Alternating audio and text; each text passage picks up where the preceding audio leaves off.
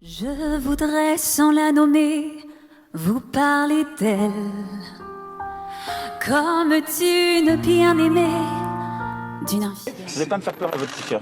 La meilleure façon de se payer un costard, c'est de travailler. Je traverse la rue, je vous en trouve, ils veulent simplement des gens qui sont prêts à travailler. À des lendemains qui chantent sous le soleil, c'est elle que l'on matraque, que l'on poursuit, que l'on traque. C'est elle qui se soulève, qui souffre et se met en grève.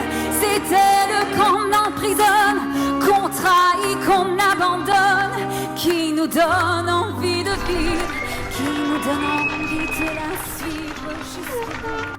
Il nous faudra rebâtir une indépendance agricole, sanitaire, industrielle et technologique française et plus d'autonomie stratégique. Il nous faudra nous rappeler aussi que notre pays aujourd'hui tient tout entier sur des femmes et des hommes que nos économies reconnaissent et rémunèrent si mal.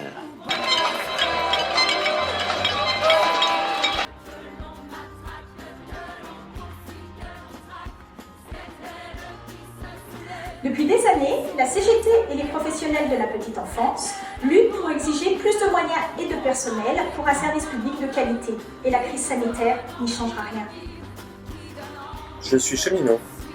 Je gère les voies de garage de la gare de Nice. Et je travaille pendant le confinement parce que les trains qui circulent doivent être inspectés, nettoyés et désinfectés.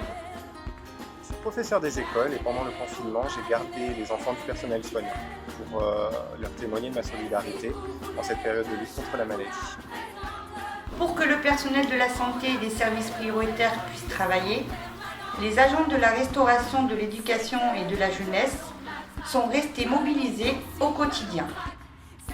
Nous, les aides-soignantes du territorial, nous nous sommes mobilisés pour nos aînés et nous en sommes très fiers. Les agents métropolitains sont toujours au travail par tous les temps, même pendant le confinement.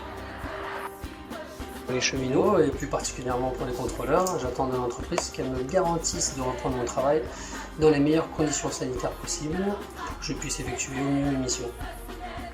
Bonjour, je suis enseignante et nous sommes tous très inquiets des conditions sanitaires dans lesquelles nous allons reprendre le travail le 11 mai.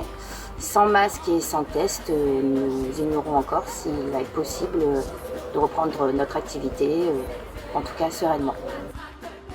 Comme beaucoup de cheminots, j'ai fait grève de décembre à mars pour défendre notre système de retraite qui fait partie des meilleurs du monde, si ce n'est le meilleur du monde. Et je continuerai de me battre pour ne pas laisser le monde capitaliste faire main basse sur les acquis sociaux de nos aïeux.